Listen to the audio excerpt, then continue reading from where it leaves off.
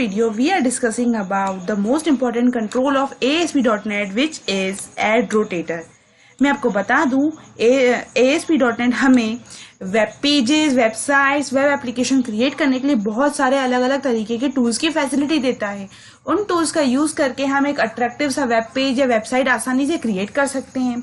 उन्हीं टूल्स में से एक टूल है ad rotator control. Ad rotator control नाम से ही आपको समझ में आ रहा होगा, एड रोटेटर वो कंट्रोल जो एड्स को रोटेट करे, वो कंट्रोल जो एड्स को रोटेट करे उस बोला जाता है ad rotator control. Ad rotator control का यूज होता है हमारे वेब पेज या वेबसाइट पर दो या दो से ज्यादा एड्स को डिस्प्ले करना। जैसे कि आपने देखा होगा, आपने कभी कोई वेबसाइट चलाई हो या वेब पेज ओपन किया हो तो उसमें आपका जो वेब पेज का कंटेंट है वो तो आपको दिखता ही है, साथ में वेब पेज के राइट हैंड साइड या लेफ्ट हैंड साइड में कुछ एड्स दिखते हैं जो वन बाय वन बदलते जाते हैं, या फिर आपके जैसे ही वो वेब पेज जो है रिफ्रेश करते हो तो दूसरा एडवर्टाइजमेंट आ जाता है। तो ये सारी जो चीजें होती हैं वो एड रोटेटर कंट्रोल के हेल्प से की जाती हैं। Ad rotator control display advertisement banner on web page in a sequence using XML file. तो मैं आपको बता दूं, जो एड रोटेटर कंट्रोल है वो एडवर्टाइजमेंट बैनर को वेब पेज पर डिस्प्ले करने की हेल्प करता है, डिस्प्ले करने में हेल्प करता है, वो भी एक सीक्वेंस में। मतलब यदि हमने हमारे वेब पेज या वेबसाइट पर दो से ज्यादा एड्स को डाला है तो ये क्या करेगा, वन बाय वन सीक्वेंस में उनके इंप्रेशन के अकॉर्डिंग एड्स को डिस्प्ले करेगा। और ये जो एड रोटेटर कंट्रोल है, ये ad rotator control XML file की हेल्प से एड्स को डिस्प्ले करता है। कौन सी फाइल की हेल्प से? XML file. यदि आप एड रोटेटर कंट्रोल का यूज कर रहे हो तो आपके पास XML फाइल का होना बहुत ज्यादा जरूरी है, क्योंकि ad rotator control XML file का यूज करके एड्स को डिस्प्ले करता है। तो मैं आपको एक बार और बता देती हूँ, एड रोटेटर कंट्रोल एक ऐसा कंट्रोल है जो हमें हमारे वेब पेज या वेबसाइट पर दो या दो से ज्यादा एड्स को डिस्प्ले करने में हेल्प करता है। अब आपके ऊपर है कि आप एड में टेक्स्ट दे रहे हो या फिर कोई इमेज दे रहे हो या फिर कुछ और इन्फॉर्मेशन देना चाहते हो, तो वो हमारे ऊपर होता है। तो एड रोटेटर कंट्रोल का यूज सिर्फ और सिर्फ वेब पेजेस में एड्स को डिस्प्ले करने में हेल्प करता है। और एड रोटेटर कंट्रोल का यूज हम वेब पेज पर दो या दो से ज्यादा एड्स को एक सीक्वेंस में डिस्प्ले करने के लिए यूज करते हैं। तो चलिए अब मैं बताती हूँ कि जो एड रोटेटर कंट्रोल है, इसका यूज करने के लिए हमें कौन कौन से टैग का यूज करना होता है। तो सबसे पहला जो टैग हम यूज करते हैं वो होता है एडवर्टाइजमेंट। एडवर्टाइजमेंट्स एक जो टैग है वो हम यूज करते हैं एडवर्टाइजमेंट टैग। दूसरा टैग हम यूज करते हैं एड टैग। तीसरा टैग जो हम यूज करते हैं वो होता है इमेज URL, जो कि एड में इमेज डालने में हमारी हेल्प करता है। जो तीसरा टैग है वो है हमारा नेविगेट URL।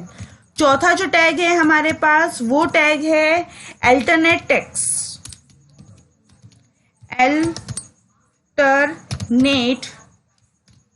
टेक्स्ट। और जो अगला टैग है जो हम हमारे एड रोटेटर के साथ यूज करते हैं वो होता है इम्प्रेशंस। इन सभी टैग का यूज करके हम क्या करते हैं, इन सभी टैग का यूज करके हम एड रोटेटर कंट्रोल की हेल्प से हमारे वेब पेज या वेबसाइट पर दो या दो से ज्यादा एड्स को डिस्प्ले कर सकते हैं। तो चलिए एड रोटेटर टैग का यूज करने के लिए हम क्या करते हैं, हमारे एक वेब पेज या वेबसाइट क्रिएट करते हैं जिसमें हम एड रोटेटर कंट्रोल की हेल्प से दो या दो से ज्यादा एड्स को डिस्प्ले करेंगे। तो चलिए हम आते हैं कहां पर, हमारे विजुअल स्टूडियो पे, जहां पर हमने एक वेब एप्लीकेशन है क्रिएट करके रखा है। तो वेब एप्लीकेशन क्रिएट करने में हमें अब सबसे पहले जो काम करना है वो क्या काम करना है, हमारी वेबसाइट के अंदर जिसका नाम है वेबसाइट 21, इसके अंदर एक फोल्डर क्रिएट करना है। फोल्डर क्रिएट करने के लिए इस पर राइट क्लिक करिए। राइट क्लिक करने के बाद यहाँ पे आपको दिखेगा न्यू फोल्डर, इस पर क्लिक कर दीजिए। नया फोल्डर बन गया, इसको आपको नाम क्या देना है, PIC पिक। और अब हमें क्या करना है, इस पिक फोल्डर के अंदर कुछ इमेजेस डालनी है। क्या करना है, इस पिक फोल्डर के अंदर हमें कुछ इमेजेस को कॉपी पेस्ट करना है। तो अब मैं इस विंडो को मिनिमाइज करती हूँ। मिनिमाइज करने के बाद यहाँ पर आपको दिख रहा होगा इमेज। इस इमेज फोल्डर के अंदर मैंने कुछ इमेजेस डाल के रखी हैं। तो इसको सिलेक्ट करा, इसको सिलेक्ट करा और इसके बाद इसको सिलेक्ट करा, तीनों को मैंने कर दिया कंट्रोल सी से कॉपी। अब ये जो इमेजेस को मैंने कॉपी किया है उन्हें मैं अपने वेबसाइट के अंदर आकर पेस्ट कर दूंगी। पेस्ट कहाँ करूंगी? ये जो पिक नाम का फोल्डर है इस पर राइट क्लिक करेंगे और जाएंगे पेस्ट। तो अब आप देख पा रहे हैं इस पिक फोल्डर के अंदर मैंने 3 इमेजेस डाल दी हैं। तो अब जैसा कि मैंने मेरे डिस्क्रिप्शन में आपको बताया था कि एड रोटेटर कंट्रोल जो है एड को डिस्प्ले करने में हेल्प करता है। इसका यूज हम हमारे वेब पेज या वेबसाइट पे एड्स को डिस्प्ले करने के लिए करते हैं। तो हमें एड रोटेटर कंट्रोल का यूज करने के लिए कौन सी फाइल का यूज करना होगा? XML फाइल का। तो अब हमें क्या करना है, हमारे एप्लीकेशन में मतलब वेब एप्लीकेशन में एक XML फाइल को ऐड करना है। XML फाइल को ऐड करने के लिए मुझे जाना होगा वेबसाइट मेन्यू के अंदर, ऐड न्यू आइटम के अंदर, यहाँ पर इसको स्क्रॉल करके नीचे लेके आना है। नीचे जब आप आ जाएंगे तो आपको यहाँ पे दिखेगा XML फाइल। क्लिक करा XML फाइल पर और कर दिया ऐड। तो अब आप देख पा रहे हैं आपकी जो है प्रोजेक्ट उसके अंदर XML फाइल भी आ गई है। इस XML फाइल में आपको कोड लिखना है। कौन सा कोड लिखना है चलिए देखते हैं। सबसे पहले आपको क्या बनाना है? एडवर्टाइजमेंट। तो सबसे पहला जो टैग होगा वो एडवर्टाइजमेंट का होगा। एडवर्टाइजमेंट्स ये क्लोज कर दिया। इसके बाद अब आपको क्या लिखना है? यहां पर लिखना है एड, एड कुछ इस तरीके से। तो जितनी भी आप एड्स डालेंगे 1 2 3 4 10 12 15 जितनी भी आप एड्स डालेंगे अपने वेब पेज पर तो आपको हर एड के लिए एक एड टैग का यूज करना होगा। हर एक एड के लिए जो भी आप इंफॉर्मेशन पुट करेंगे इस एड टैग के खुलने और इस एड टैग के बंद होने तक ही करेंगे। तो जैसा कि हम जानते हैं जो भी इस एड की इंफॉर्मेशन आएगी इस एड टैग के खुलने से लेकर इस एड टैग के बंद होने तक आएगी। तो अब हम इसके बीच में आ जाते हैं। इस बीच में आने के बाद सबसे पहला जो हम डालेंगे टैग वो होगा इमेज URL। इमेज का I कैपिटल, URL का U कैपिटल और इसके बीच में आ जाएगा क्या? इमेज का नाम। तो इमेज का नाम जो है एक फोल्डर के इमेज जो रखी हुई है एक फोल्डर के अंदर रखी हुई है तो हमें लिखना पड़ेगा pic/11.jpg कुछ इस तरीके से। तो चलिए अब हमने इमेज डाल दी। इमेज के बाद हमें क्या डालना है? Alternate text. अल्टरनेट टेक्स्ट क्या होता है? अल्टरनेट टेक्स्ट मतलब होता है कि यदि मे बी इंटरनेट स्लो होने के कारण यदि आपकी जो एडवर्टाइजमेंट की इमेज है वो डिस्प्ले नहीं हो पा रही है तो उसकी जगह पर आपको कुछ अल्टरनेट टेक्स्ट शो होगा। तो चलिए मैं लिख देती हूँ यहाँ पे ALTERNATE अल्टरनेट टेक्स्ट का T कैपिटल TEXT कुछ इस तरीके से। अल्टरनेट टेक्स्ट में मैं दे देती हूँ नोकिया NOKIA। तो मैंने क्या दे दिया अल्टरनेट टेक्स्ट में? नोकिया। इसके बाद मैं नीचे आती हूँ। इसका नेक्स्ट होता है नेविगेट URL। नेविगेट का N कैपिटल, URL का U कैपिटल।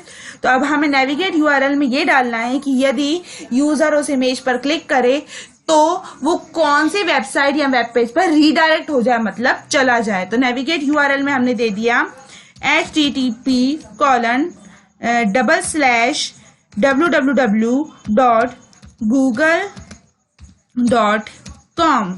इसके बाद नेविगेट URL के बाद जो लास्ट होता है वो होता है इम्प्रेशंस IMPRESSIONS इम्प्रेशंस। मतलब यदि ये ऐड दिखाई जाए तो कितनी बार दिखाई जाए इसकी जो डिस्प्ले होने का जो एक क्वांटिटी है अमाउंट है वो हम इम्प्रेशंस में देते हैं। यदि हम 50 देते हैं तो सबसे ज्यादा जो है वो ये वाली ऐड दिखाई जाएगी 11.jpg वाली। यदि ये जो होता है इसका टोटल जो होता है वो 100 होता है तो हमने इसका कितना दे दिया 50। तो चलिए अब हम क्या करते हैं इसी को कॉपी पेस्ट करके टोटल 3 ऐड बना देते हैं और कुछ एडिटिंग कर देते हैं। तो हमने करा कॉपी करने के बाद यहाँ पे करा एक बार पेस्ट और यहाँ पे करा दूसरी बार पेस्ट कुछ इस तरीके से।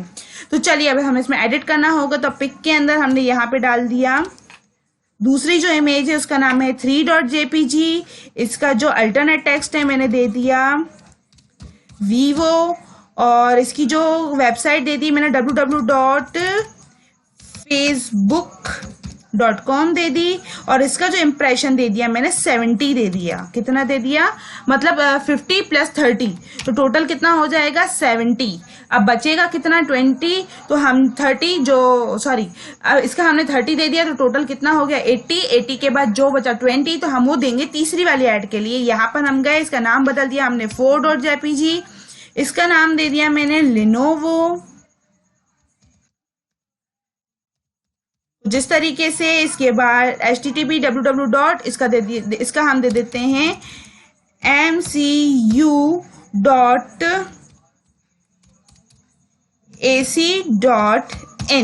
तो ये हो गई क्या हमारी XML फाइल, मतलब हमने क्या कर दिया, हमारी XML फाइल को क्रिएट कर दिया है। तो अभी आप देख पा रहे हैं यहाँ पर जो है ये XML फाइल सेव नहीं है, तो सेव करने के लिए आपको क्या करना होगा, कंट्रोल एस प्रेस करते ही आपकी ये जो फाइल है वो ऑटोमेटिकली सेव हो जाएगी। तो चलिए XML फाइल को सेव करने के बाद हम आ जाते हैं हमारे फॉर्म पर। इस फॉर्म पर हमें क्या करना है, इस फॉर्म पर हमें ऐड रोटेटर को ऐड करना है। तो ये आपको ऐड रोटेटर दिख रहा है, क्लिक करिए, क्लिक करके यहाँ पर लाकर छोड़ दीजिए इसे। अब यहाँ पर आप देख पा रहे हैं आपका ऐड रोटेटर आ गया है, जिसमें चूज डेटा सोर्स लिखा हुआ है। आपको क्या करना है, अपनी XML फाइल को इस डेटा सोर्स में सिलेक्ट करना है। सिलेक्ट करने के लिए इस बटन पे क्लिक करिए, न्यू डेटा सोर्स में चले जाइए। न्यू डेटा सोर्स में जाने के बाद यहाँ पर आपकी स्क्रीन पे एक विंडो ओपन हो जाएगी। इस विंडो में आपको क्या करना होगा, आपको अपनी XML फाइल को सिलेक्ट करना होगा थोड़ी सी प्रोसीजर के बाद। तो यहाँ पर हमने लिया XML फाइल, इसके बाद हमने करा ऐड, इसके बाद यहाँ पर जो है आपको अपनी XML फाइल को सिलेक्ट करना होगा। तो ब्राउज पे क्लिक कर दीजिए और इस XML फाइल को क्लिक करके ओके कर दीजिए, ओके। और इसके बाद आप देख पा रहे हैं कि यहाँ पर आपकी XML फाइल ऐड हो गई है। तो अब हमें क्या करना है, अब हमें हमारे प्रोजेक्ट को रन करना है। तो रन करने के लिए हमें क्या करना होता है, ऑफ कोर्स हमें डिबग मेन्यू में जाना होता है, स्टार्ट विदाउट डिबगिंग, जिसकी शॉर्टकट की होती है Ctrl+F5। चलिए क्लिक कर दिया। अब हमारी स्क्रीन पर क्या ओपन होगा, वेब ब्राउजर। इस वेब ब्राउजर में क्या शो होंगी, हमारी एडवर्टाइजमेंट्स। तो अब आप देख पा रहे हैं हमारी एडवर्टाइजमेंट आपको शो हो रही है, जिस पर हाथ बना हुआ आ रहा है। इस पर जैसे ही मैं क्लिक करूंगी, इससे रिलेटेड जो है एक वेबसाइट जो हमने लिंक करी थी उस पर मैं पहुंच जाऊंगी। तो पहले मैं आपको उसको रिफ्रेश करके दिखा देती हूँ। एक बार रिफ्रेश करा, फिर अगेन रिफ्रेश करा, अगेन रिफ्रेश करा, इस बार ये वाली इमेज आ गई, अगेन रिफ्रेश करा, इस बार फिर ये वाली इमेज आ गई है, अगेन रिफ्रेश करा, ये वाली इमेज आ गई। तो कुछ इस तरीके से काम करता है ऐड रोटेटर। तो अब मैं क्या करूंगी, इस पर क्लिक करूंगी। इस पर जैसे ही मैं क्लिक करूंगी तो मैं एक दूसरी वेबसाइट जो इस वाली इमेज से लिंक्ड होगी उस वेबसाइट पर मैं पहुंच जाऊंगी। तो अब आप यहाँ पे देख पा रहे हैं ये वाली जो इमेज है वो लिंक्ड कौन सी वेबसाइट से है, माखनलाल चतुर्वेदी की वेबसाइट पे, जिसमें हमने डाला था mcu.ac.in। तो अब आप यहाँ पे देख पा रहे हैं mcu.ac.in मतलब माखनलाल चतुर्वेदी की जो वेबसाइट है वो ओपन होने वाली है।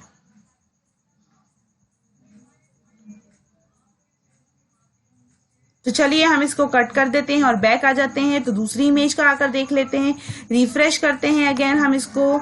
जैसे ही आप रिफ्रेश करेंगे ये तब तक शो होगी। एक जो हमने एक रेशो दिया है ये उस रेशो के अकॉर्डिंग आपको शो करेगा। तो अब मैं इस इमेज पर क्लिक करती हूँ तो अब आपको यहाँ पर दिख रहा होगा गूगल का वेब पेज ओपन हो गया। अगेन मैं इसको बैक जा रही हूँ और एक बार और रिफ्रेश करूंगी तो देखते हैं कौन सी इमेज आती है, ये वाली आ रही है। तो जिसकी जो अमाउंट है आपने जिसका जितना कम दिया होगा वो इमेज उतनी ही कम बार दिखाई जाएगी।